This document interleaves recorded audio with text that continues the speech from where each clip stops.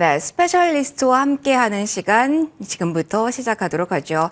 자, 원화에 대해서 그리고 국채 시장에 대한 불안감이 좀 가중되고 있어서 이 매일매일 나오는 이슈를 어떻게 해석해야 될지 궁금하실 것 같습니다. 그래서 오늘 이분 또 한번 특별히 모셔서 시간 잘 써보도록 하겠습니다. 신한 프리미어 패스파인더 오건영 단장 모셨습니다. 어서 오십시오. 네, 안녕하세요. 안녕하세요. 올해는 단장님 열일하시라고 매일같이 뉴스가 나오나 봅니다. 네, 어렵습니다. 그렇죠. 저희가 지난번에도 여러 가지 새로운 이슈 이야기를 네네. 했는데 오늘 그 부분부터 이야기를 할까 합니다. 단장님, 무디스가 네. 미국의 신용 등급을 강등한 이후에 시장은 좀 평온했다고 할까요? 네네. 어떻게 보면은 학습 효과에 예상했던 거에 괜찮았는데 국채 발행 이슈, 국채 입찰 이슈가 있으면서 이게 충격파가 이제 본격적으로 나오는 건지 이 부분 많이 궁금하실 것 같아요. 이 이야기부터 저희 해볼까요? 네, 이제 이게 예를 들어서 우리가 일반적으로 생각할 때 어떤 이슈가 딱 터졌을 때 그게 시장에 영향을 주냐라고 물어보면 네. 보통 일반 분들이 다 주식 시장에 영향을 주는 걸로 생각하시는 경우가 되게 많은 것 같아요. 근데 이제 하나 말씀을 드릴 게 주식 시장에 주는 영향도 있겠지만은 결국에는 가장 큰 거는 신용 등급의 강등이라는 건 미국 국채 시장에 주는 영향이 상당히 클 수가 있거든요. 그래서 이제 잠깐 보시면은 이 신용 등급의 강등을 갖다 바라볼 때는 이렇게 보시면 될 것 같아요. 이게 당장 미국 경제가 한 레벨 내려왔으니까 미국 경제가 망한다 뭐 이렇게까지 가는 건 과도하지만 네. 현재 미국의 부채 상황이 어떤지를 갖고 시장에서 이제 어떤 눈으로 바라보는지가 나오는 거잖아요. 그렇죠. 예를 들어서 지금 이번에 부채를 이게 신용 등급을 낮추게 된 가장 큰 이유가 첫 번째로 보시면은 미국의 GDP 대비 부채 비율이요. 10년 전만 해도 한 70% 정도대였는데 지금 98%로 확 올라왔어요. 이게 불과 10년 만에 올라왔는데 하나 더 중요한 거는 이 10년간 미국 경제가 나쁘지 않았다는 겁니다. 네. 일반적으로 경제 이론을 보면은 경기가 좋을 때는 세금을 더 걷어가지고요. 부채를 줄여요. 그런 다음에 경기가 안 좋을 때 이렇게 쌓아놨었던 재정을 풀어가지고 경기를 받쳐주죠. 네. 그래서 경기가 좋을 때는요. GDP 대비 부채 비율이 많이 안 높아지는 게 일반적이에요. 근데 지난 10년간 미국 경제가 미국 예외주의라는 말까지 나올 정도로 탄탄했는데 좋았어요. 부채 비율이 너무 많이 늘어났죠. 네. 그럼 이제 이렇게 생각할 수 있죠. 이거는 부채를 갚으려는 의지가 별로 없는 거 아니냐라는 얘기가 있는 거고요. 23년도에 피치가 신용 등급을 강등했음에도 불구하고요. 바이든 행정부에서 굉장히 과감한 재정 지출을 했어요. 경기를 받쳐주기 위해서. 그리고 이제 지금도 트럼프 행정부에서도 뭘 지금 준비하고 있냐면 하필이면 이렇게 신용 등급 떨어진다, 미국 국채 어렵다 이렇게 하고 있는데 이 상황에서 대규모 감세를 준비를 하고 있습니다. 맞습니다. 이 대규모 감세를 그러니까 이런 거죠. 감세를 얘기할 때도 분위기가 좀 이렇게 조용할 때 해야 되는데 국채 시장에 대한 리스크가 높아지고 있는 데에서 감세 얘기를 하면 아까 말씀드렸던 것처럼 부채를 줄이려는 의지가 있는 것이냐 이 의지에 대한 문제가 생겨나요. 그래서 당장의 문제가 아니라 앞으로도 계속해서 이 부채가 늘어날 것이고 게다가 금리 자체가 높게 유지가 돼 있으니까 이자 비용, 이자 지출이 커질 수 있잖아요. 네. 이거는 그러면 부채가 더 악화일로에 있을 것 같다라고 해서 무디스에서도 신용 등급을 강등을 하게 된 거죠.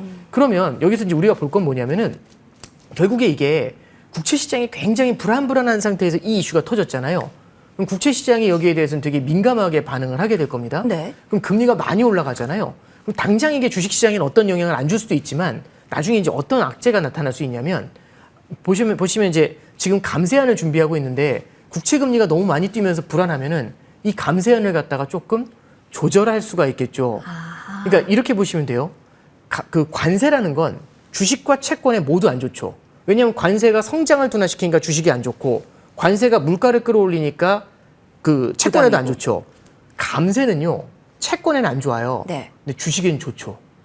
그러니까 주식 시장이 갖고 있는 기대는 최근에 중동순방하면서 이렇게 규제를 좀 풀어준 것도 있지만 이 감세에 대한 기대가 결국에는 성장을 끌어올릴 것이고 그다음에 협상도 잘 끝날 거야 이제 이런 기대감이 있는 건데 만약에 지금처럼 국채 시장이 불안해가지고 만약에 감세에 대한 안이 네. 좀 축소가 된다거나 발목이 잡히게 되면은 이런 것들이 주식 시장에도 일정 수준은 영향을 줄 수도 있겠죠. 그래서 우리가 이게 무조건 뭐 아무런 영향이 없는 찻잔 속의 태풍이다. 그냥 채권 시장에만 국한되는 거다 이렇게 보는 것들보다는 중장기적으로 얘네들이 어떻게 좀 다른 악재를 갖다 야기할 수 있는지 거기에도 좀 초점을 맞춰봐야 될 것 같습니다. 그렇다면 26일 전까지 본회의를 통과시키고자 하는 게 네네. 이쪽의 목적이라고 한다면 그간의 잡음이 더 가속화될 가능성도 염두를 해 두셔야겠네요, 투자자분들은. 네, 그렇습니다. 이제 하나 기억하실지 모르겠는데요. 저 4월 달 중순에 네. 4월 초죠. 관세를 90일 유예를 할 때 굉장히 많은 기사가 떴지 않습니까? 왜 그랬냐면 그때 베센트 재무장관하고 러트닉 상무장관이 가서 피터 나바로라는 강경파가 잠깐 빠져 있는 상태에서 트럼프를 설득했다고 하죠. 네. 그럼 이 둘을 갖다가 이 둘이 설득하게 만들었던 요인이 뭐냐? 그때 주식시장의 문제가 아니고 국채시장이 요동을 치게 되니까 이 불안감을 갖다 떨치기 위해서 관세에 대한 유예가 나왔잖아요. 그러면 이번에도 만약에 국채시장의 변동성이 굉장히 높아지면서 결국에는 셀 아메리카라고 하죠. 그런 만약에 불안감이 금융시장의 금융안정 시스템에 대한 불안감이 커지게 되면 이럴 때에는 감세안에 대해서도 다른 이슈들이 이제 제기가 될 가능성도 염두에 둘 수가 있겠죠. 그러면 사실 저는 생각에 트럼프 정부가 1기 때 네네. 반대로 하려고 했다가 네네. 이게 브레이크가 걸렸기 네, 때문에 그렇죠. 이번에는 관세 먼저 그리고 이렇게 간 것 같은데 모든 정책이 행정부 측에서는 꼬여버린 게 된가요, 이번에? 근데 이제 꼬였다는 말씀이 이제 의도한 건 아니겠지만 네. 이런 거죠. 관세를 먼저 부과를 하고 세금을 어느 정도 걷는다는 세수 확보에 대한 기대가 있는 상태에서 감세를 진행해 주면 되는데 네. 처음에 관세를 되게 빠르게 진행을 했잖아요. 근데 관세를 되게 빠르게 진행을 했는데 성장에 둔화된다는 것 때문에 시장이 흔들리는 것도 있고 이 다른 국가들의 저항이 워낙에 센 데다가 이게 셀 아메리카에 대한 생각하지 못했었던 불안감을 만들어내니까 관세도 90일 유예가 되고 약간은 물러나는 모습을 보였지 않습니까? 네. 그런데 이제 지금 관세 때문에 불안한 상태에서 성장을 유지해 주려고 이제 감세가 다가오니까 이게 관세가 끝나지 않은 상태에서 협의가 끝나지 않은 상태에서 감세가 이제 닥쳐오게 되는 거죠. 그러니까 이 감세도 결국에는 전제가 관세를 통해서 어느 정도 재정 수입이 확보가 된 상태에서 감세를 밀어야 되는데 이게 뭐라고 해야 될까요? 서로 아구가 안 맞는다는 표현을 써야 되나요? 이도저도 아니게 된. 예, 그게 이제 불안감을 조금 더 촉발하는 요인이 될 수도 있다라고 생각을 하고요. 이게 일단 당장 재정에 대한 문제죠. 관세에 대한 문제나 감세에 대한 문제는 둘 다 엮였을 때는 결국에는 관세로 소득이 줄어드니까 그리고 소득이 안 늘어나니까 그리고 감세로 오히려 재정 지출이 늘어나니까 이게 현재는 국채 시장하고 달러 가치 이 두 가지에 현재는 직접적인 영향을 주고 있다 이렇게 볼 수 있습니다. 결국은 미국 신뢰도에 지금 뭔가 노이즈랄까요? 빨간불 이게 네네. 켜진 상황이라고 봐야겠네요. 이게 물론 이제 신뢰도로 갈 수도 있겠지만 신뢰도가 살짝 스크래치가 난 건 맞아요. 근데 네. 이제 우리가 생각하는 것처럼 미국이 뭐 너무 큰일 났어 이제 이런 정도는 아니겠지만 어떤 게 있냐면 올해 연초만 해도 미국 예외주의란 말이 있었어요. 네. 그러니까 이 얘기는요. 미국 말고는 대안이 없다 이거였는데 그러면은 원래 미국으로 가야 될 자금보다 더 많은 자금이 미국 시장으로 흘러갔을 거지 않습니까? 네. 근데 지금은 미국 예외주의에 대한 환상 이게 좀 흔들린 것 같아요. 그러면 그 예외주의가 흔들린 만큼은 자금이 빠져나왔겠죠. 그래서 지금 단계는 예외주의에 스크래치가 났다 이렇게 해석하는 게 좀 더 적절할 것 같고요. 근데 여기서 만약 관세 합의가 제대로 안 끝나고 부채에 대한 문제가 더 커지고 만약 이렇게 진행이 되게 되면은 예외주의가 사라진다 이걸 넘어서 방금 말씀하셨던 것처럼 신뢰에 대한 리스크로 좀 더 진행이 될 가능성이 있다 이런 생각들은 해볼 수가 있겠죠. 그러면 단장님, 지금 트럼프 행정부가 관세에 대해서 더 큰 드라이브를 걸기는 상당히 어려운 상황이 되어버린 거잖아요. 네네 그런데 그렇죠. 성과는 있어야 되잖아요. 네네 그렇습니다. 그러면 뭐 역사적으로 봤을 때도 그 패턴이긴 했지만 관세로 끌어내서 테이블로 네네. 결국은 환율에서 승부를 보려는 전략으로 많이 우회할 가능성도 이제는 커졌다고 봐야 될까요? 이게 관세를 갖다가 다 이렇게 뭐라고 해야 될까요? 다 드랍하기에는 쉽지 않은 게 네. 당장 들어오는 세수가 관세 쪽에서는 나와줘야 되고 네. 두 번째는 관세를 만약 내려주게 됐었을 때는 협상을 할 때 훨씬 더 힘들어질 수가 있어요. 그래서 고율 관세를 받을래 아니면은 환율 협정을 받아들일래 이제 이 양자택일로 밀고 가야 돼서 둘 중 하나는 해야 돼. 관세를 갖다가 테이블 위에 모든 조항들을 좀 올려놓고서 고민을 하지 어느 하나를 낮춰놓고 생각한다. 이건 조금 어려운 얘기 같고요. 두 번째는 환율 협상에 대한 말씀을 해주셨는데요. 이 환율 협상이 생각보다는 쉽진 않아요. 왜냐하면 일반적으로 이제 달러가 약세로 갔었을 때는 미국의 수출이 늘어나니까 미국의 무역 적자가 줄어든다. 그래서 달러 약세가 좋은 것이다. 이제 이게 있는데 그 반대편에 또 뭐가 있냐면 의도적으로 인위적으로 달러를 너무 약하게 만들려고 하잖아요. 달러에 대한 신뢰가 흔들릴 수가 있어요. 근데 이게 이 정책을 밀 때도 분위기라는 게 있거든요. 그렇죠. 지금 분위기는 달러에 대한 신뢰의 문제가 조금씩 커져가는 듯한 분위기가 있잖아요. 이럴 때 달러를 어마어마한 약세로 몰고 가려고 한다? 이렇게 되면 오히려 시장이 다른 부작용을 만들어낼 수도 있지 않습니까? 그러네요. 그래서 요즘 보면은 베센트 재무장관도 되게 헷갈리는 시그널을 줘요. 뭐냐면은 환율에 대한 얘기를 한다 안 한다 이거 왔다 갔다 하기도 하고요. 그리고 두 번째는 우리는 강달러를 원한다. 뭐 이런 얘기를 하기도 하고. 그래서 변동폭이 이렇게나 네, 큰가 봐요, 그렇습니다. 단장님. 네, 외환시장에 이렇게 네. 큰 변동성이 네. 나타나는 이유가 이 협상 과정에서 나타나는 이런 혼란들도 굉장히 존재하고요. 우리가 여태까지 만나보지 못했었던 달러에 대한 신뢰의 문제, 이게 갑자기 맞아요. 부각이 되고 네. 있잖아요. 그러면 우리는 지난 3년간 강달러를 겪다가 갑자기 달러의 신뢰의 문제, 이게 들어오니까 결국에는 이 움직이는 폭이, 밴드가 되게 커지게 되죠. 맞아요, 맞아요. 참고로 말씀드리면 4월 중순만 해도 환율이요 1,470원이었어요. 근데 지금 어제만 해도 1,360원까지 빠지잖아요. 맞아요. 110원이면 연간 움직임입니다. 그게 2, 3주 만에 나오거든요. 말씀해 주셨던 것처럼 신뢰의 문제하고 강달러 이 사이가 냉온탕을 왔다 갔다 하니까 이런 변동성이 나타난다. 이런 해석이 가능합니다. 그러면 아시아 통화의 위치도 한번 여쭤보고 싶은 네네. 게 우리도 역시 어제 뭐 뉴스를 보면은 원화 절상 방안을 요구했다. 아, 네네. 폭은 모르지만 네네. 그리고 일본도 비슷한 상황일 거고요. 네네. 뭐 그리고 한 달이 넘어가 본다면 위안화도 비슷한 상황이겠죠. 네네. 그러면 어떻게 되는 건가요? 이 아시아 통화 자체가 움직이면서 이게 너무 계산이 복잡해져서요. 어떻게 이 전쟁의 흐름이 나오는지, 그리고 거기서 원화의 위치는 어디를 향해야 되는 걸지. 네네. 이제 하나 말씀드리면 오늘 새벽처럼 원화만 혼자 강해지잖아요. 네. 그러니까 예를 들어서 이 환율 협정이라는 거는 사실 양자 간에 하기가 되게 애매해요. 왜냐하면 미국하고 한국하고 협정을 했어요. 네. 그래서 원화만 강세입니다. 달러 대비. 근데 다른 나라는 협정을 안 했으면 원화 혼자 강한 거잖아요. 전 세계 통화 대비. 그렇죠. 참고로 어제 보면은 엔화가 950원까지 빠지고 위안화가 190원까지 빠져요. 달러만 빠진 게 아니라. 그러면은 이거는 원화가 혼자서 전 세계에서 유일하는 표현은 좀 그렇지만 혼자 좀 유독 강세를 보이거든요. 이거는요. 수출 경쟁력에 꽤 큰 타격을 줄 수가 있습니다. 원화가 강세로 가더라도 수출 경쟁력의 희생이 조금 최소화되려면은 어떤 방법을 써야 되냐면 다른 국가들하고 함께 강세로 가야 돼요. 아하. 그러니까 우리가 달러보다 강세로 간 만큼 위안화가 강세고 엔화가 달러보다 강세면 그러면은 원화 혼자 강세인, 그러니까 제가 수출할 때 제 수출품의 가격이 올랐는데 그럼 수출이 안 되겠네. 근데 경쟁사의 제품이 같이 오르면, 가격이 오르면 아무래도 그 충격이 좀 희석이 될 수가 있잖아요. 그렇죠. 그 상품 전체가 네, 올랐으니까. 그렇습니다. 그래서 이제 아까 말씀해 주신 게 저는 포인트라고 생각을 하는데 아시아 국가들의 통화가 전체적으로 달러 대비 절상으로 가잖아요. 네. 이런 거는 국가들이 좀 고민을 해볼 수가 있어요. 그런데 특정 국가의 통화만 유독 절상을 나타내라, 이거는 굉장히 이제 그 성장에도 영향을 줄 수 있는 그런 악재죠. 그래서 최근 보면은 환율이 올라갈 때도 걱정이지만 내려갈 때도 걱정이다, 이런 얘기를 하죠. 네. 환율이 내려가는데 원화만 유독 절상이다. 이런 것들은 조금은 좀 우리가 그 경계에서 바라봐야 될 부분인 것 같고요. 지금 이제 말씀하셨던 것처럼 엔화나 위안화나 원화나 대만 달러나 지금 전방위적으로 이제 아마 환율 협상 쪽으로 들어가게 될 텐데 이번 주에 지금 G7 회의가 있습니다. 네. 그리고 이제 또 이후에는 G20이라든지 APEC 같은 게 있거든요. 그럼 여러 국가들이 모이는 다자 간의 그 그룹이 만들어져요. 예, 그런 데에서도 계속해서 이 환율에 대한 얘기가 좀 더 흘러나오지 않을까, 그런 생각은 하고 있습니다. 수출 비중이 워낙 그렇죠. 높다 보니까 이러면 우리나라 입장에서도 예측을 하기 힘들어지는 거잖아요. 네, 그렇죠. 밴드가 이렇게 크니까. 네. 이 상황에 그러면 정리하면 단장님 당분간 이어진다. 넓게 설정하고 우리도 뷰를 만들어 가야 된다. 이렇게 정리를 제가 해도 될까요? 네, 그렇습니다. 그러니까 결국에 아까 말씀드렸던 것처럼 강달러의 레벨이라는 게 존재하고요. 그럼 강달러의 레벨이 오랜 기간 이어져 왔기 때문에 훅 주저앉으면 다시 달러가 강해질 거라는 그런 사람들의 기대는 남아 있어요. 그럼 위쪽은 열려 있는데 우리가 보셨던 것처럼 그 달러의 신뢰가 떨어지면서 협정 때문에 달러가 많이 빠질 거야라고 생각하면은 이 약세 기조까지 같이 열리잖아요. 네. 그럼 이 밴드가 굉장히 넓어지게 되고 이 사이를 되게 빠른 속도로 움직이게 되는 문제가 생깁니다.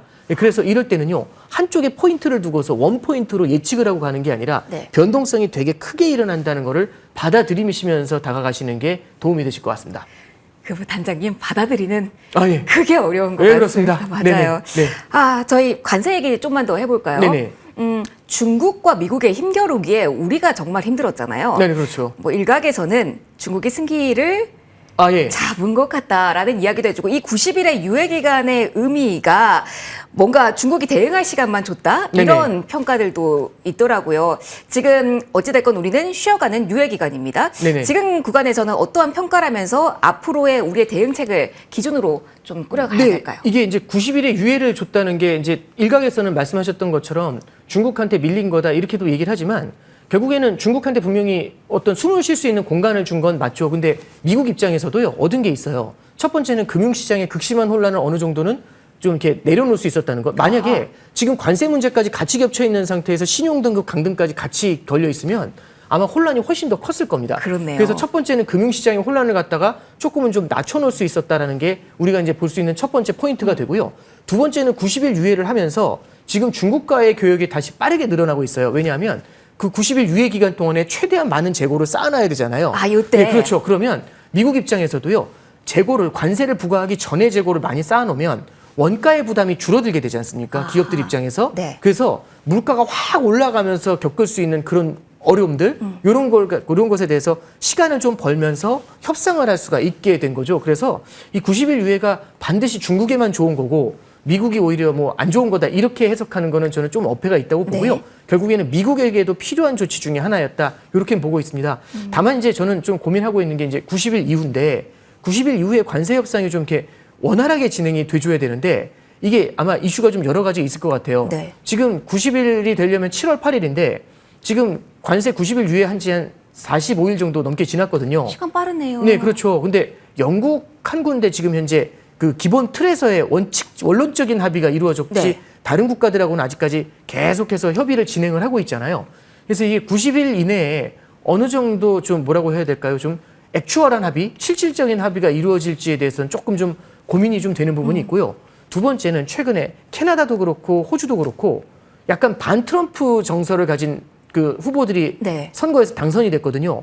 그럼 반 트럼프 후보들이 당선이 되면 캐나다나 호주나 미국하고 협상을 할 때 자기들의 지지층이 있기 때문에 협상을 좀 굉장히 좀 원활하게 할 것이냐 아니면 좀 굉장히 삐걱삐걱 할 것이냐라고 하면 삐걱삐걱 쪽 아닐까요? 그렇죠. 삐걱삐걱이라는 얘기는 결국엔 조항 하나하나에서 컨플릭이 발생한다는 얘기인데 갈등이 발생한다는 얘기인데 그럼 이게 빠르게 해결이 될 것인가 여기에 대해서는 조금 퀘스천 마크가 있습니다.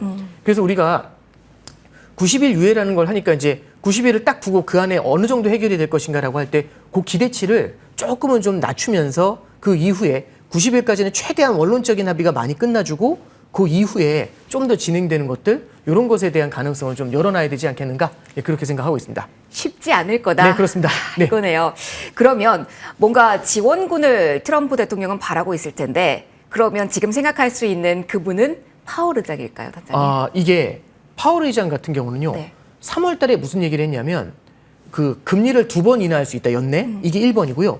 두 번째는 지금의 인플레이션은 일시적이니까 금리를 물가가 높더라도 금리를 인하할 룸이 있다. 이렇게 얘기하면서 점도표라는 데에서 2번의 금리 인하를 찍고 갔어요. 네. 근데 이제 5월 달에 FOMC 때 파월 의장이 무슨 얘기를 했냐면 일시적이라는 말을 지워버렸죠. 그러면서 이제 금리 인하에 대해서는 신중해야 된다라는 얘기를 했어요. 그러면 이제 사실은 물가가 일시적이라고 할 때 2번 내린다고 했는데 일시적이 아니면 몇 번이나 할까요? 라는 고민이 생기는 거고 지금 연준 의원들이 전부 다 나와서 하는 얘기가 장기 물가 상승에 대한 기대가 남아 있어서 우리는 신중하게 움직여야 됩니다라는 얘기를 해요. 그래서 지금 시장에서는 그걸 어떻게 받아들이냐면 7월 8일 날 관세가 이제 유예가 끝나잖아요. 그럼 그때 어떻게 될지 모르지만 만약 관세가 부과가 되고 이게 한두 달 지나면 관세 부과의 효과가 실제로 나타나게 될 거지 않습니까? 그렇네요. 혹시 금리를 인하하더라도 9월 정도는 되어야 될 것 같다는 그런 예상을 하고 있고 9월이 되더라도 이 이후의 금리 인하 속도가 되게 느릴 것 같다라는 게 현재 시장의 컨센서스입니다. 오히려 파월 의장 쪽을 기다리는 것보다는 베센트 재무장관 같은 경우는 규제 완화 쪽에 조금 포커스를 두는데 최근에 보시면 중동 순방하면서 반도체 수출에 대한 규제를 많이 완화를 시킨 게 있고요. 네. 그리고 두 번째는 금융기관들한테 미국 국채를 많이 사들일 수 있는 SLR 규제라는 걸 완화하는 걸 지금 고민을 하고 있어요. 그게 추진이 되고 있다고 하는데 오히려 이제 규제 완화 쪽에서 우군을 좀 찾는 게 지금 이제 트럼프 행정부가 좀 현명하게 고민하는 부분이 아니겠는가 그런 생각이 듭니다. 정말 우리가 하나도 쉽지 않다라는 말이 계속 생각나는 이야기들이었습니다. 그래서 저희 정리를 하고 가야죠, 네네. 단장님. 마지막 질문 좀 드려야 될 것 같습니다. 결국 그러면 우리가 어떻게 해야 돼? 이걸로 귀결이 되는데 네네. 사실 저는 올해는 다 이도저도 단장님 모르겠습니다. 안전자산이라고 하는 것도 이렇게 흔들리는데 네네. 뭐 달러, 금 뭐 잘 모르겠습니다. 예. 배분을 옛날에는 안전자산, 뭐 위험자산 이렇게 배분을 했는데 네네. 그걸 아직도 가져가도 올해도 가져가도 되는 건가요? 어떻게 올해는 전략을 짜야 될까요? 저는 이제 올해 같은 때가 저는 계속해서 이제 자산을 펼쳐야 된다는 말씀을 드리는데 네. 지금 이제 다들 아시는 것처럼 시장에서는 뭘 보고 있냐면 특정 날짜에 있는 협상이 어떻게 될지에 대해서 굉장히 고민을 많이 하고 그 협상이 되게 시장을 많이 흔들잖아요. 네. 그럼 이게 협상이 어떻게 될지를 예단하고 들어가는 건 굉장히 불안 요인이 될 수가 있어요. 그래서 저도 뭐랄까요? 어떤 정치적인 결과, 그러니까 뭐 선거 결과 내지는 협상의 결과 이런 걸 갖고 베팅을 했었을 때 성공한 케이스를 별로 못 보거든요. 그래서 이런 것들을 좀 예측하고 들어간다기보다는 이거는 분명히 불확실성의 영역이라는 걸 받아들이고 최대한 넓게 펼치는 게 중요해요. 넓게 펼칠 때 우리는 뭘 봤냐면 이번에 달러의 신뢰가 흔들린다는 되게 이례적인 케이스를 봤지 않습니까? 네. 그러면 우리가 미국 자산으로만 많이 몰려 있었다면 약간은 다른 자산 쪽을 함께 바라볼 필요가 있다는 게 올해 1분기에 준 교훈입니다. 그래서 그걸 하나 좀 가져가실 필요가 있고요. 두 번째는 국채 같은 경우도 단기로는 이렇게 신뢰의 문제가 생길 수 있지만 이후에 협상이 끝나고 안정감을 찾게 되면은 미국 국채라는 게 갖고 있는 매력은 여전히 남거든요. 미국 국채가 무너지게 됐었을 때는 다른 시장에 주는 파장 효과가요. 어마어마하게 큽니다. 그래서 우리가 국채를 바라볼 때 단기에 금리가 올라서 손해보고 금리가 내리면 이익이 나고 이걸 바라볼 게 아니라 현재 미국 국채가 주고 있는 금리가 높은 수준이거든요. 10년짜리 국채가 지금 4.6을 줘요. 그래서 우리가 이 국채라는 걸 바라볼 때 금리의 움직임에 따라서 가격 오르내리는 건 불확실한 거잖아요. 어떻게 될지. 그렇지만 확실한 거는 이자를 얼마씩 준다는지 확실해요. 그래서 무언가 투자를 할 때 국채 같은 경우는 불확실성에 베팅하지 마시고요. 확실한 걸 바라보시면서 가면 됩니다. 그래서 채권은 길게 확실한 걸 얻어먹으면서 가는 투자지 금리를 배팅하는 그런 투자가 아니라는 거 그거 하나 더 말씀드리고 세 번째는 지정학적 리스크가 되게 커지고 있잖아요. 파키스탄, 이란 전쟁, 파키스탄하고 인도 전쟁도 그렇고 최근에 보시면은 또 이란하고 이스라엘하고 이 분위기가 또 묘해지고 있지 않습니까? 그래서 지정학적 리스크가 터졌을 때는요. 금 가격이 뛰는 경향이 있습니다. 트럼프가 세계의 경찰 역할을 거부를 하잖아요. 그러면 경찰이 없어진 사회에서는 언제 어디서 어떤 일이 일어날지 알 수가 없어요.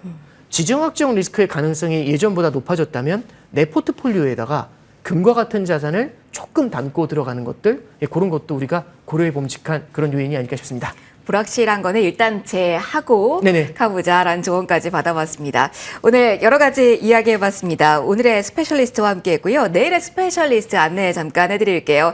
내일은 신재생 에너지에 대한 이야기할 거고요. 한명화 이사님 모시고 자세한 이야기 주가 관련해서 좀 해보도록 하겠습니다. 자, 오늘 함께해주신 단장님을 여기서 보내드리도록 할게요. 지금까지 오근임 단장님과 함께했습니다. 고맙습니다. 네, 감사합니다.